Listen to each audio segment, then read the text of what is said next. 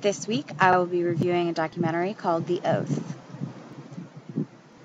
I was excited to see this film because I'm just about to make my own documentary. The first thing that impressed me about this film was its great use of varied media to keep it visually interesting.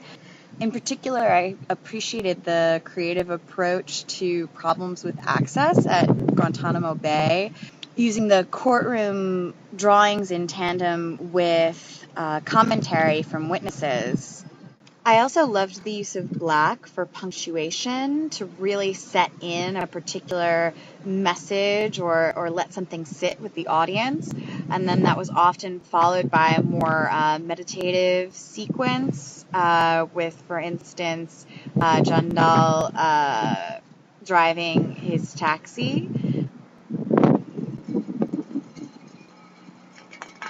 As far as weaknesses, I thought that the film might benefit from a little bit more background for those of us who failed U.S. history in high school. We the people, in order to form a more perfect union. That said, I'm glad it wasn't dumbed down too much. The film also made great use of close-ups to convey emotion, particularly showing Sabour's eyes when they're talking about her husband being imprisoned, or just the closeness of the camera in general during the interviews. The director mentioned in the Q&A that she thought of the film as being about a man who has a secret. But I thought what was so much more telling was her story about him having her stay at his house, and while she was calling her producer to say, if you can't get in touch with me tomorrow, like, make some calls, he was running around to his neighbors trying to get extra blankets for her to be comfortable while she was staying there.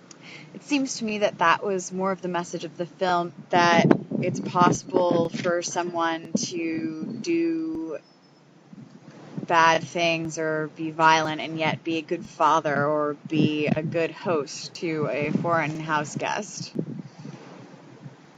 It was nice to hear the director talk about documentary as a primary historical record, that making documentary film can be quite meaningful to preserve reality.